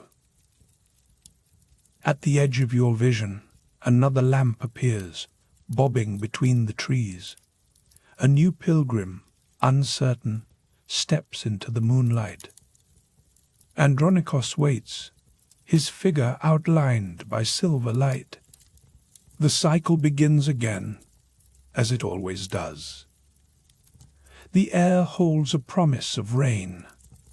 You taste it on your tongue, sharp and clean. The earth beneath you feels steady, ancient and kind. You realize that what endures here is not the legend nor the miracle, but the memory of quiet kindness. The orchard will outlast shrines and temples, just as the soft hush of wind will outlast any prayer. You breathe in the cool night air, feeling the story settle into your bones. You watch as the new pilgrim reaches the orchard's edge, pausing just beyond the dew-bright grass. The hush deepens, and for a moment you wonder what hope they carry. The answer, for now, is lost in the dark. Your eyelids grow heavy. The scent of olive and earth lulls you towards sleep, as the orchard's stories slip quietly into the night. Moonlit orchard, full midnight, you and Andronikos beneath the boughs. You stand among the slender trees, their branches wavering in the gentle wind. Each leaf glimmers under the full moon, silvered edges trembling with every breath of air. Andronikos moves softly, his steps barely pressing the dew-dark grass. The world seems to slow here, as if night itself is in no rush to leave. Tonight, a traveller comes. He is wrapped in a faded cloak, dust pressed into every fold. His sandals are silent on the path of packed earth. You catch the scent of distant olive groves, faint but insistent, mixing with the cool aroma of moist soil. He extends a coin, palm open. The coin is dull, not the kind favoured by city merchants, but heavy with the marks of use. Andronikos does not hesitate. He smiles, a small, weary upturn of his mouth, and folds the coin back into the traveller's hand. His fingers linger for a moment, enough to say, "I do not need this, but you might." You watch as the visitor's shoulders drop, a quiet gratitude settling in the hush between them. There is no awkwardness. The transaction is gentler than most conversations. The balm that Andronikos gives is simple: olive oil, a trace of marjoram, and a sprig of mountain thyme. He wraps it in linen, hands steady. The traveller's thanks are whispered, almost lost in the wind. When the man departs, his feet make softer sounds, as if the orchard itself has lightened his step. You notice how Andronikos turns away, not to watch the traveller leave, but to reach for a low-hanging blossom. His world is built on these refusals, small, steady choices that ripple outwards, shaping the hush of his days. The marketplace is far away, and its noise cannot touch you here. At the heart of the orchard stands a silver sundial. You might have missed it before, half swallowed by grass and the shadows of apple trees. Its face gleams faintly, catching moonlight in a way that makes time feel slower, almost reluctant to pass. You run your fingers along its cold surface. The metal is smooth, but the edges are worn down, as if generations have traced this same circle. Numbers, barely visible, spiral out from the center. The hours seem uncertain, some nearly faded, others sharp as if newly etched. You wonder who keeps marking time here, in a place where nothing ever seems urgent. A breeze drifts through the orchard, stirring the blossoms. The petals glow, each one edged in pale fire. You realize the light is brighter than it should be, a soft radiance that builds with the rising moon. The air itself seems to hum, low and patient, with the promise of something just out of reach. Andronikos stands silent, gaze fixed on the trees. He says, almost to himself, "No god has set foot on Pendis Mountain in centuries." His tone is not bitter, merely factual. The words hang in the night, weightless but unyielding. You look toward the distant slope, barely visible beyond the orchard. Pendis rises in gentle folds, its summit lost in a haze of silver mist. No shrines dot its face, no offerings rest among the stones. Even the old paths are choked with grass, as if the mountain itself prefers solitude. A fox slips through the undergrowth, nose twitching. You hear its soft padding, the quick rustle of leaves. It pauses, watching you, then vanishes with a flick of its tail. The orchard feels larger in its absence. The sundial marks no hour you recognize. You try to read the lines, but your mind drifts instead to the feeling of cool marble beneath your fingertips. The world here is built on patience, on the slow unfolding of night. You sense that Andronicus could have been a different man, in a different place. He could have taken the coin, built a shrine, called down blessings or curses as the mood fit. Instead, he chooses the quiet path, the one lined with wild mint and empty of grand gestures. Here, the cost of resisting fate is measured in silent nights and soft refusals. The blossoms overhead begin to tremble, though the wind does not rise. For a moment you imagine the orchard breathing, every tree exhaling a silvery haze into the air. The moonlight thickens, pooling at your feet. It is as if the orchard itself remembers something you do not. You recall a story you once heard, of a time when gods walked openly, leaving footprints in the dust and laughter in the fields. Andronicus does not tell such tales. His world is smaller, quieter, and perhaps more honest. The only miracles here are the ones that go unnoticed. You walk a slow circle around the sundial. The grass is damp, cool against your ankles. Each step brings you back to the same place, the same moment. Time is a gentle spiral, not a line. In the distance, the faint glow of a city flickers against the horizon. Its lights are dull compared to the blossoms. You realize how far you are from the noise and urgency of ancient Rome. Here, legends grow slowly, if at all. Andronicus kneels beside a small stone, half buried in moss. He brushes away the dirt, revealing a faded carving. It is not a god's symbol, but a simple spiral, an old mark, maybe a memory left behind. He smiles again, this time with the tired patience of someone who has seen many seasons pass. The traveller's coin glints in the moonlight, forgotten where it was set atop a root. You pick it up. The metal is warm, as if it remembers the last hand that held it. You slip it into your pocket, not sure why. The consequence is small but sharp. The night feels shifted, subtly altered. You and Andronicus sit together beneath the orchard's oldest tree. The trunk is wide, bark rough beneath your palm. The air is thick with the scent of earth and olive. You listen to the wind moving through the leaves, the soft hush of a world content to wait.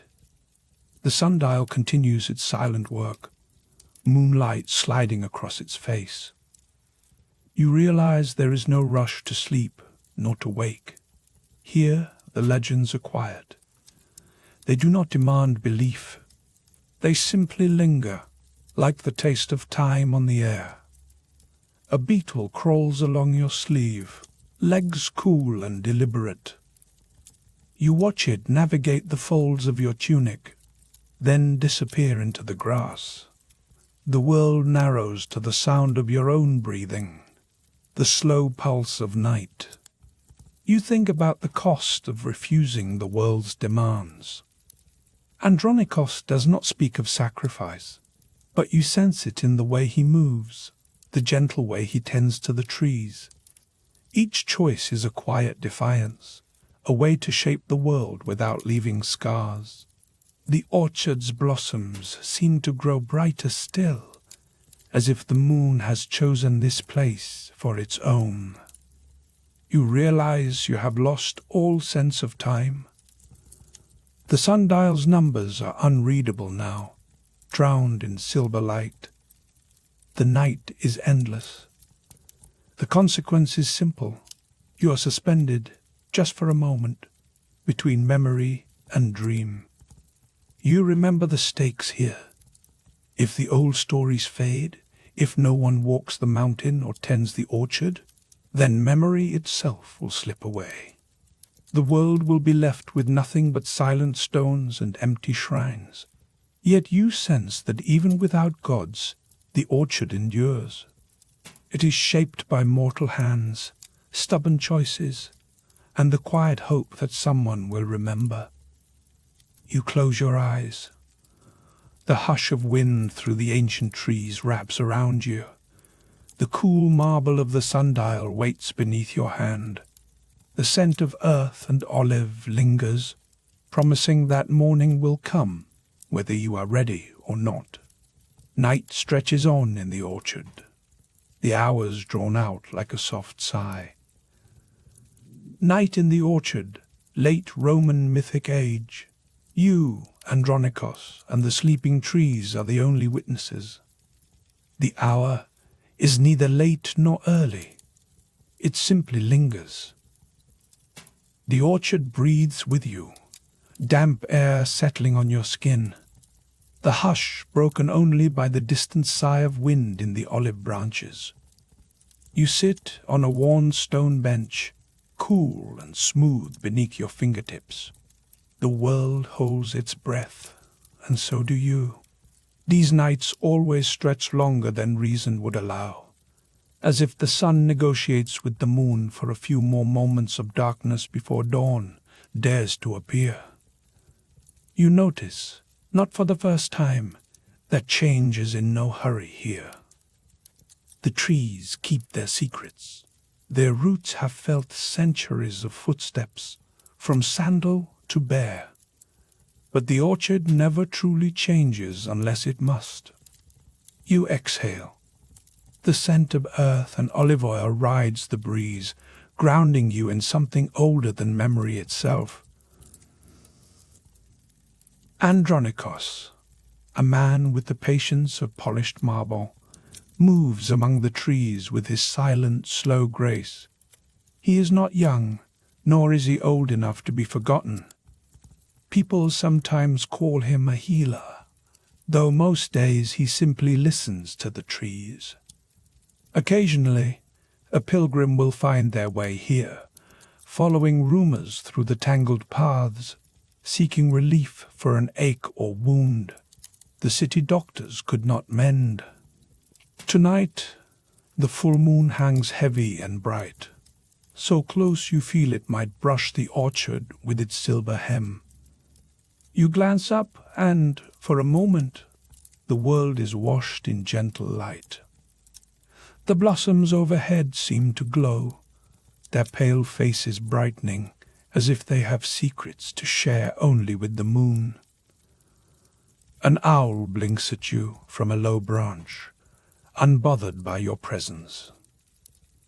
Its feathers catch the moonlight, turning the bird into a silent guardian of the orchard's peace. This is the hour when the orchard feels most alive, and yet nothing moves. Here, the divine order does not tolerate true stillness. Even in the quietest hours, there is a subtle tension. The gods, indifferent as ever, do not trust mortals who linger too long in comfort. So the wind stirs, the branches whisper, and the faintest shiver passes through you. It is as if the orchard itself remembers a time when change was not a choice, but a command. You reach for a fallen blossom at your feet. Its petals are soft, cool, and almost damp, You hold it between your fingers, wondering if the gods notice such small gestures. Would they care, you think, if a single flower vanished into a mortal's hand? The consequences are always so quiet in this place. If you wait too long, the memory of what you were about to do slips away, replaced by the slow rhythm of breath and night. Sometimes you remember that this mountain once held no shrines, no relics, nothing to mark it as sacred.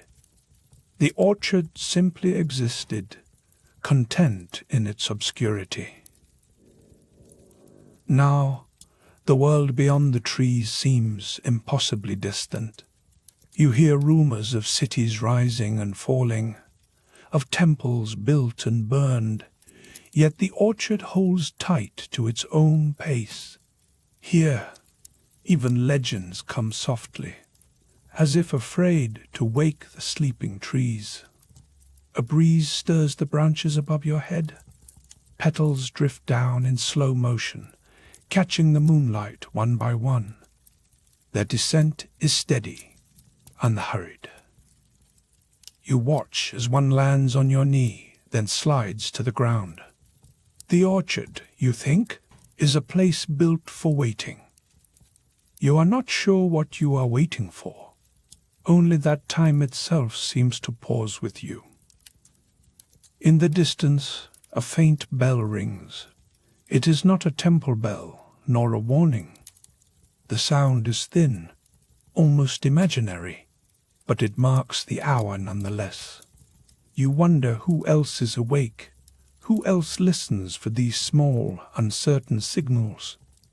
The world outside the orchard may rush, but here every moment is drawn out, deliberate.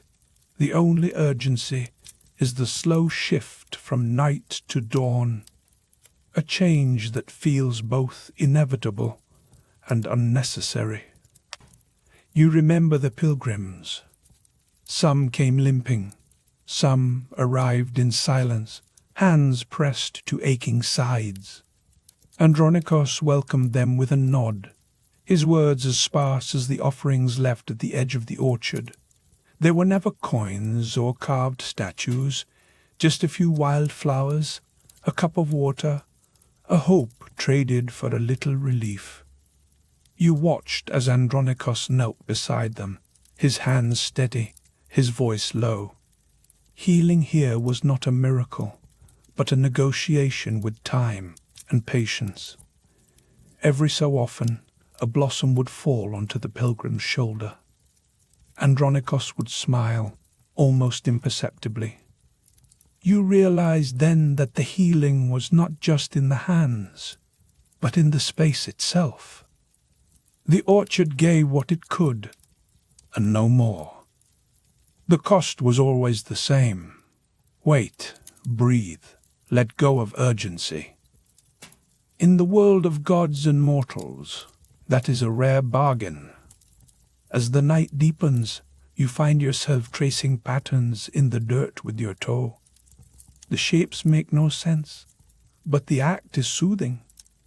The cool earth gives way easily, reminding you that everything here yields if you are patient.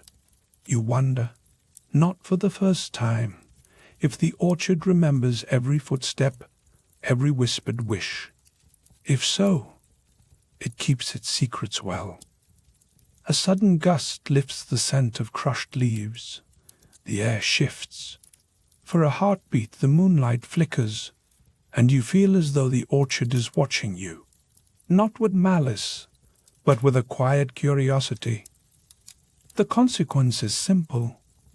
You are never alone here, not really.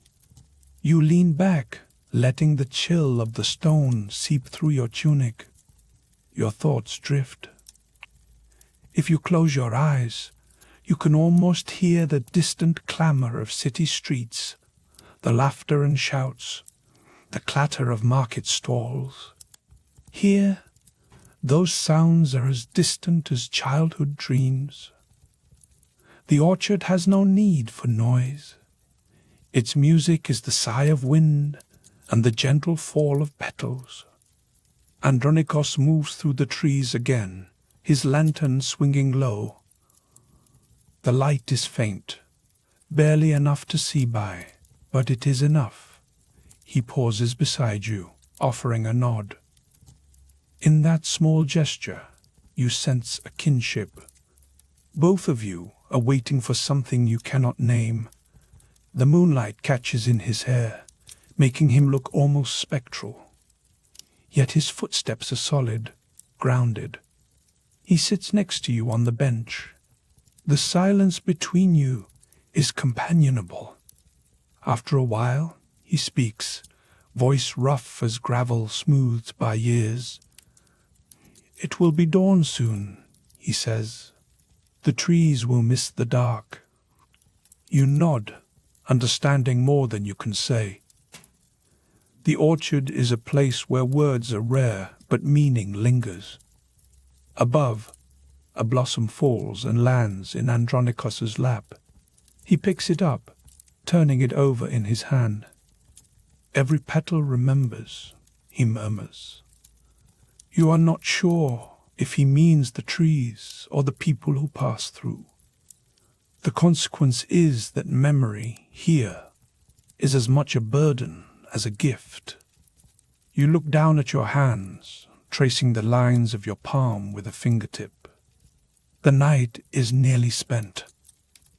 Dawn hesitates at the edge of the world, uncertain whether to arrive. You feel the weight of both possibilities. Stay in the comfort of the orchard, or step into the day where memory grows thin. The choice is yours, but the cost is clear. Time only moves forward when you let it. You stand, stretching limbs, gone stiff from stillness. The grass is wet, cool against your bare feet. All around you, the orchard waits. The trees do not judge, they only watch, patient as stone. You hear the faintest sound, a twig snapping in the distance. The world is waking, whether you are ready or not. The moon dips lower, and the first hint of color touches the sky. You realize, with a small pang, that the night is ending. The consequence is this: every dawn arrives, no matter how long the night tries to hold on. You and Andronikos walk slowly back toward the cottage at the edge of the orchard. The air is thick with the promise of morning. You carry with you the hush of the trees, the cool of the marble, the memory of a night where change came only when it must. Beyond the orchard, cities rise and fall, their stories fading into dust, while the orchard changes little. Moonlit orchard, late Roman mythic age, you are here with the hush of distant cities. Beyond the neat rows of olive and fig, the world sprawls, chaotic, noisy, ambitious. But here, among old trees and dew-dark grass, the world's noise barely reaches you. Leaves filter the silver moonlight, turning it soft and uncertain. Your bare feet press into cool earth, and the scent of olives rides the mild night air. The orchard is not yours exactly. You belong to it as much as to anything. Cities rise and fall outside the orchard, while nothing changes within it. It's as if the orchard is a secret, an old trick played on time itself. You feel the slow pulse of the land, unhurried and steady, as if the orchard has agreed to remember what the cities forget. Somewhere above, the wind brushes through the branches. It makes the smallest possible sound, a sibilant hush, as if even the air is careful not to wake anyone. You sense the passage of empires, the collapse of marble forums, the laughter and arguments of citizens, so distant now that they seem like someone else's dream. The orchard remains unchanged. You find yourself wondering if the orchard is bored. or if it simply enjoys outlasting everything around it. Time itself seems to falter in the orchard. Nights stretch longer here than they do anywhere else. Dawn arrives reluctantly, as if it has to be coaxed over the horizon each morning. The moon lingers, unwilling to surrender its gentle dominion. Your hand drifts over the trunk of an olive tree. The bark is rough, familiar. The tree seems to breathe beside you, patient and indifferent. It has seen generations come and go. You remember that the orchard's patience is not a virtue, but a fact. If you listen closely, you can almost hear the orchard's memory, soft, wordless, stubborn. In the distance, a fox moves silently through the grass. The animal pauses, nose twitching, then disappears beneath the pale branches. Even animals walk differently here. There is no hurry, no reason for fear. Nothing ever changes.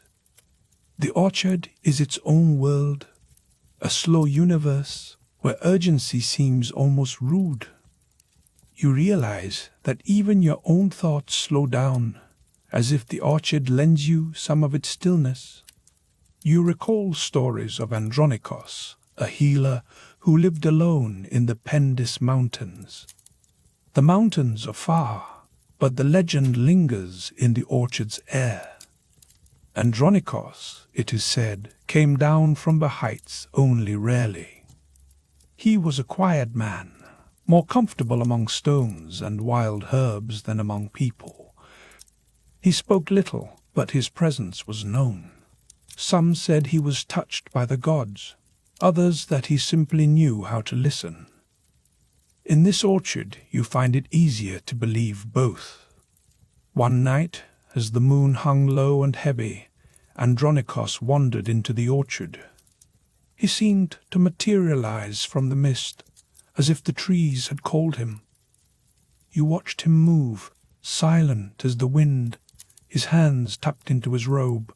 The healer paused beside a fallen branch, kneeling to examine its leaves. He did not speak, but the orchard seemed to welcome him. In the hush, you felt a faint shift, the orchard's memory stretching to accommodate one more story. The consequence was simple. The legend of Andronikos became part of the orchard's slow, persistent memory. There were no shrines, relics, or offerings on the mountain. Andronikos did not believe in such things. He trusted in the stones, the wind, and the quiet logic of growing things. When villagers sought him, they brought only their pain and left with his silence. In the orchard, you imagine him moving from tree to tree, learning the language of leaves and shadows. The orchard does not ask for prayers. It asks only for patience. You wonder if Andronikos felt the passage of time as you do now. The days in the orchard drift together, a gentle blur of light and shadow. You recall the claim that cities rose and fell while the orchard stayed the same. You try to picture the world outside, the crowds, the markets, the loud voices. Here, only the wind and the faint clicking of beetles keep you company. Then a small pattern interrupts the hush. Somewhere near the edge of the orchard, a stone shifts. The sound is so subtle, you almost dismiss it, but it lingers in your ear. You turn, expecting nothing but the usual silence. Instead, you see a patch of moonlight where none should be. The orchard's memory has made room for something new, even if you cannot yet name it. This means the orchard is not as fixed as it seems. You move toward the anomaly, careful not to disturb the grass. The air feels denser here, heavy with the scent of crushed leaves. Your fingers brush over a patch of lichen, soft and cold. You stop, listening for another sound, but the orchard has closed around you again, quiet, guarded. You realize that you are both guest and witness in this place. The orchard keeps its secrets, but sometimes it lets you see the outline of a new story. Nights in the orchard stretch longer, and dawn arrives reluctantly. You have lost track of how many times you have watched the moon set and rise again. You suspect the orchard does this on purpose, as if time is a game it plays with itself. The consequence is that you, too, begin to forget the world outside. The orchard's patience becomes your own. Andronikos, they say, never brought relics or tokens from the city. He believed in what he could touch and taste, not in symbols or sacred stones. In the orchard, you find yourself agreeing. The cool marble beneath your fingertips reminds you that some things endure, not because of worship, but because of quiet persistence. Here, the only relic is memory, and the only ritual is waiting. You think you see a faint glow at the base of an ancient fig. It is not fire, not the work of any hand. The light pulses once, then fades. For a moment, you wonder if the orchard is remembering something you have not yet lived. The air shivers, and the hush grows deeper. The consequence is that you feel yourself drawn further into the orchard's slow, silent world. You settle beside the tree, letting your back rest against its trunk.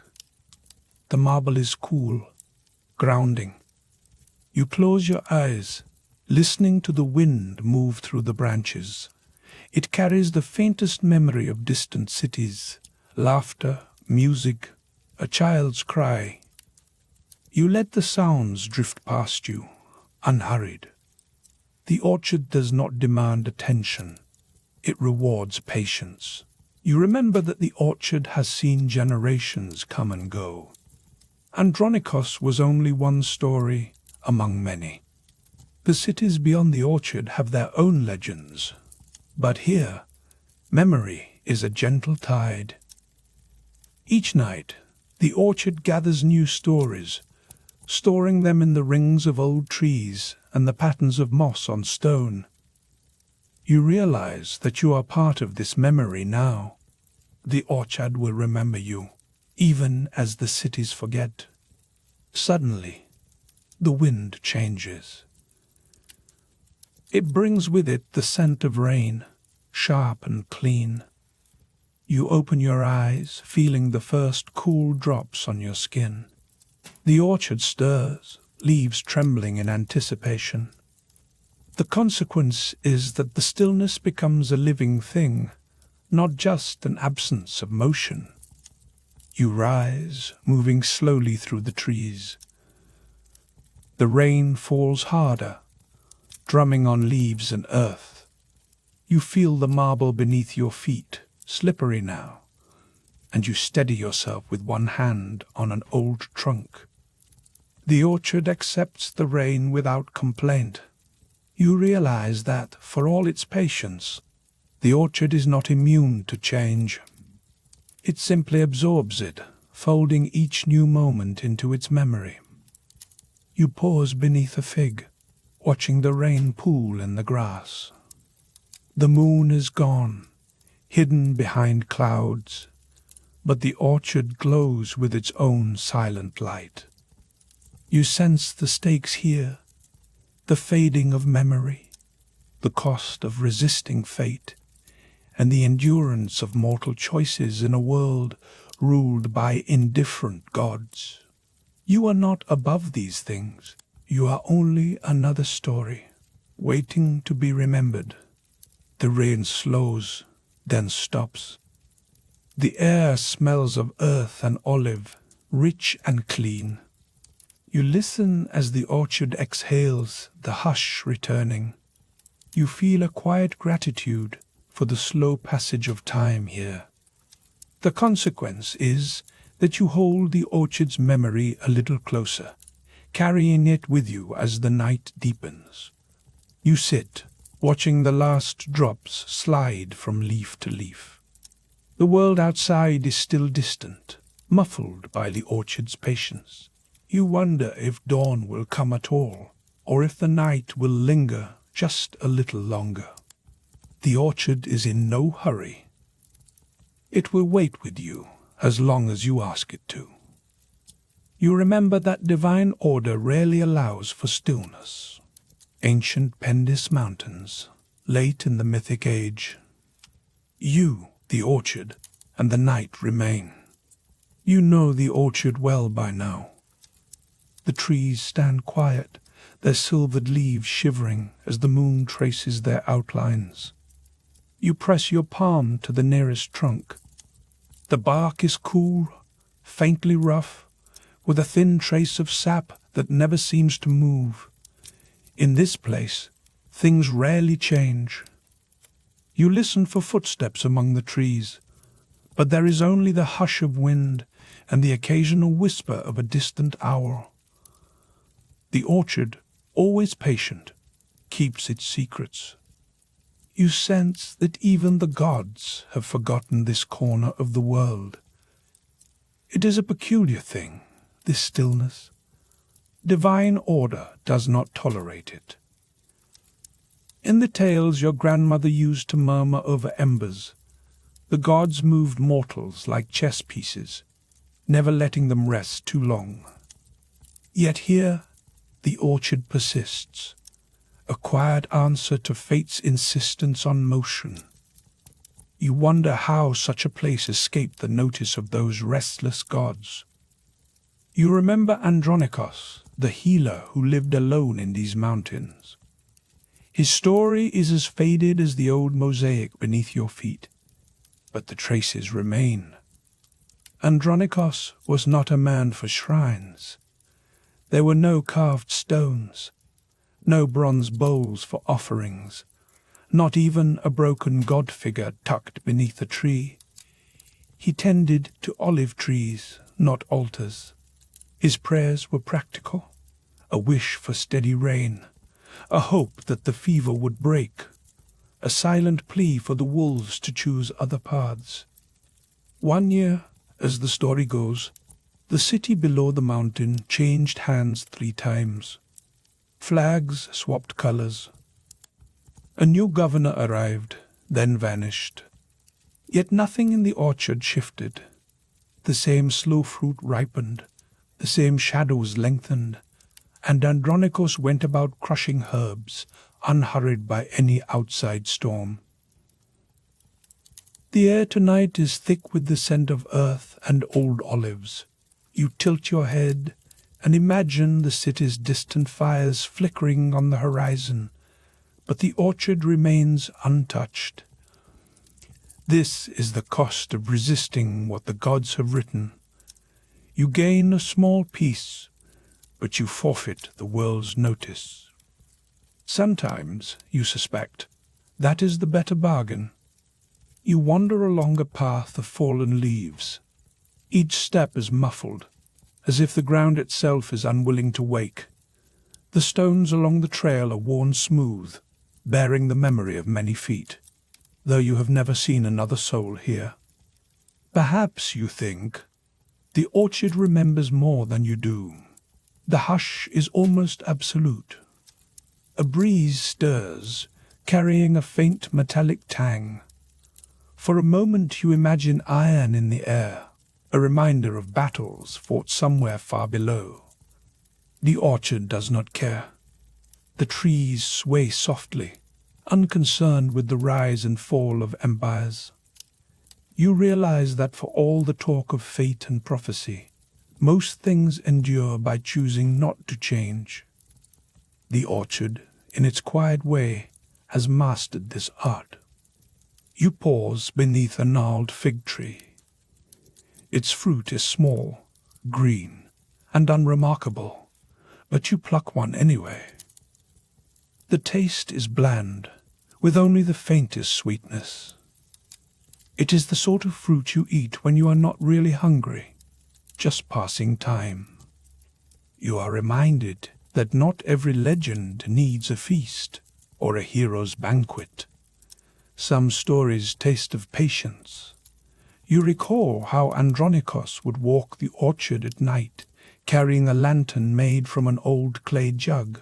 He would pause at each tree, pressing his fingers to the bark as if listening for a secret pulse. He believed that every tree had its own rhythm, a kind of slow heartbeat. You try it yourself, palm against wood, waiting for a sign. There is only the soft glide of your own breath. Somewhere in the dark, a fox barks, a short, sharp sound. You tense, then relax. The animal is gone before you can even see it.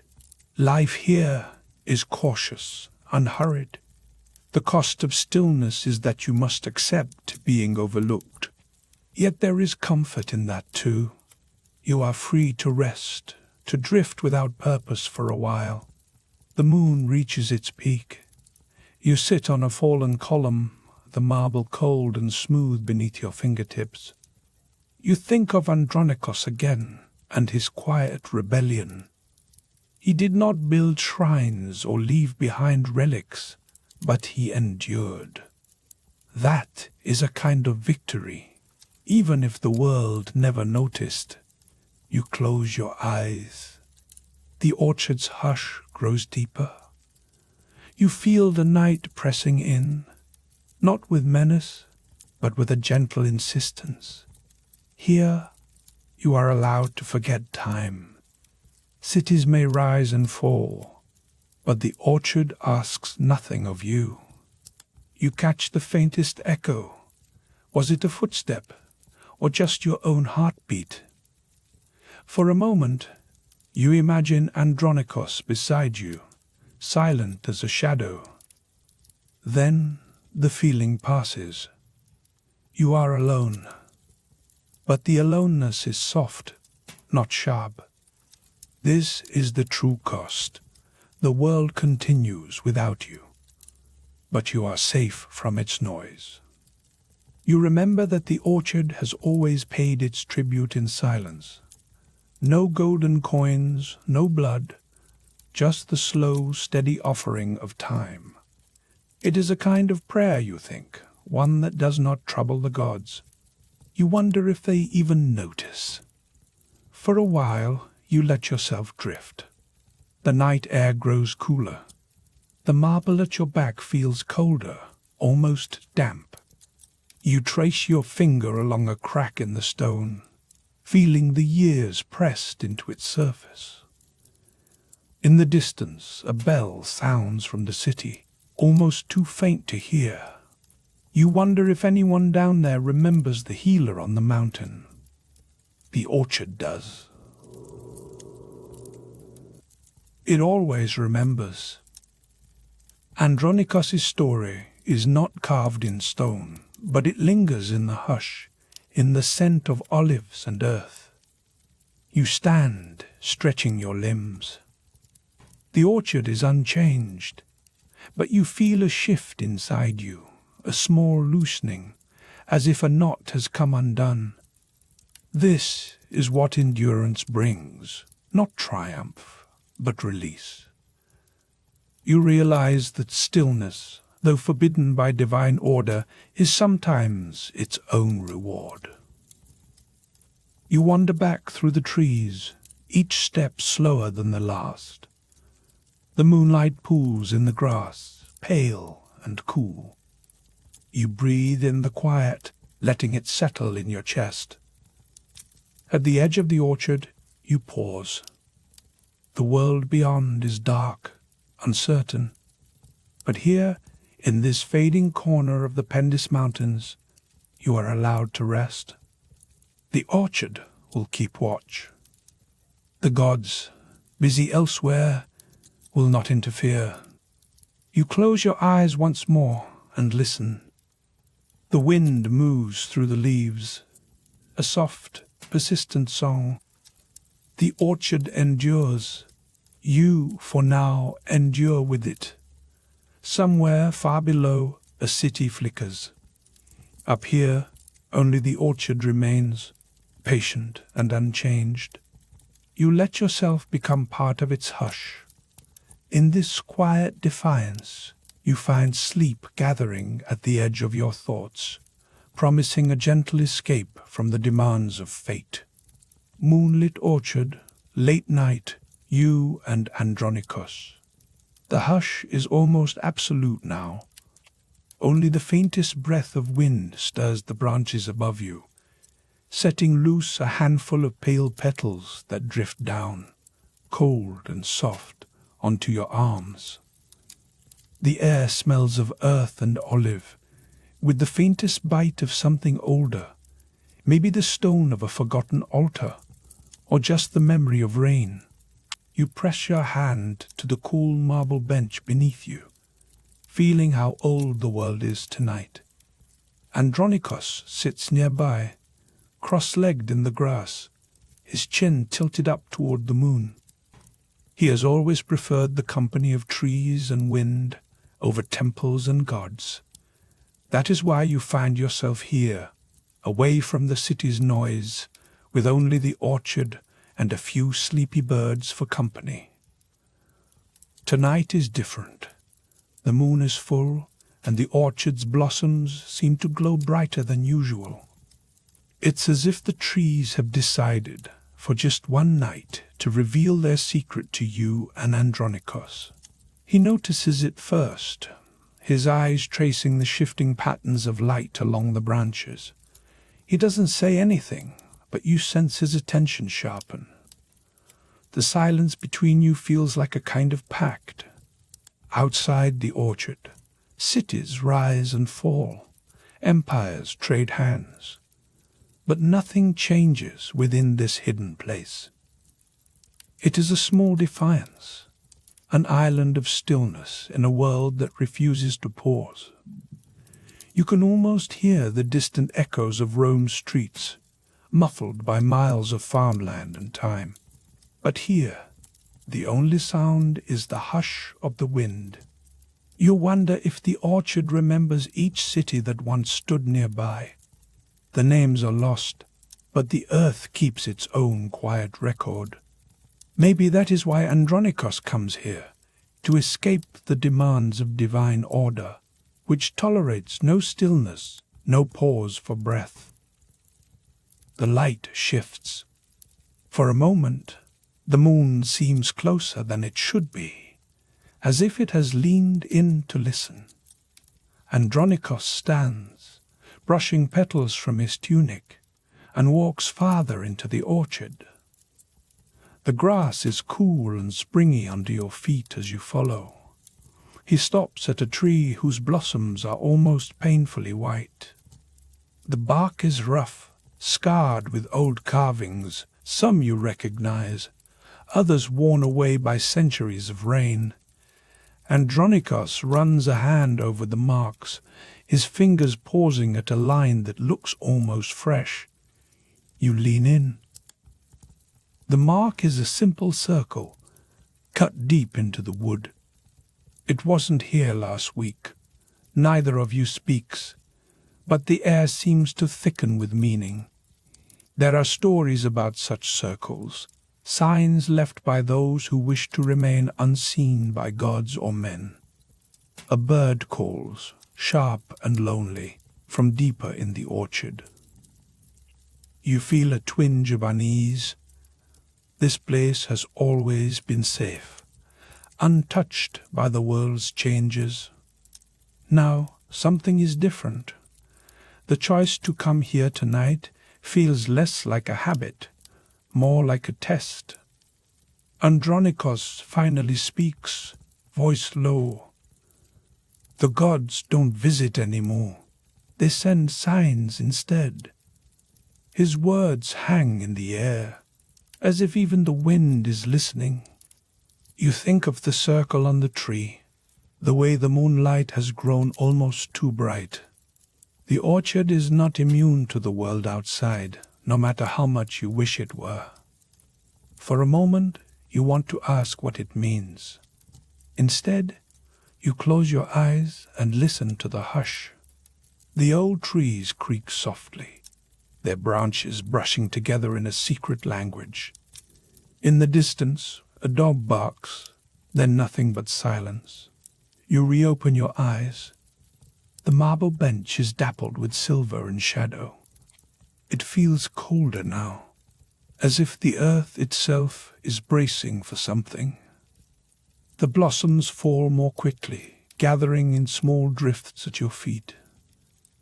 The orchard is changing, quietly but surely. You remember when you first came here, years ago. The world was louder then. Even the gods seemed more interested in mortal affairs. Now, all that remains is memory, and the slow endurance of the orchard's trees. It's a comfort, but a bittersweet one. Andronikos kneels and presses his palm to the earth. If nothing ever changed here, it wouldn't be real. The words are simple. You realize he is right. Stillness is an illusion, even in this forgotten corner of the countryside. The orchard abides, but only by letting go of what it cannot keep. You watch as he stands, brushing dirt from his hands. The moonlight catches in his hair, turning it silver for a heartbeat. The old carvings on the tree seem to shimmer, as if the past itself is flickering behind a thin veil. The moment passes, and the orchard settles again. You breathe in the scent of ancient earth, the coolness of marble beneath you. The world outside may be restless, but here, for now, you are allowed a kind of peace. This is the cost of resisting fate, a quiet stubbornness that leaves its mark in small, unnoticed ways. In the distance, thunder rumbles. The air grows heavier, and you sense the orchard bracing itself. Even legends must yield to weather. Andronikos smiles, a slow, wry curve of his mouth. We should go before the rain finds us. You stand, feeling the weight of sleep tug at your limbs. The moonlight is softer now, filtered through a haze of drifting cloud. Petals gather in the folds of your tunic. Each step toward the gate is measured, deliberate, as if you are walking out of a story and back into yourself. You look back once. The trees seem to nod their farewell, branches whispering, promises you cannot quite hear. For a moment, the orchard feels infinite, untouched by time, free from the gods' demands. But you know better. Nothing endures except the choices you make and the memories you carry away. As you pass beneath the gate, the hush deepens. The world outside is waiting, but for now, you linger in the space between waking and dream. The marble, the blossoms, the distant thunder, all of it fades to a gentle blur.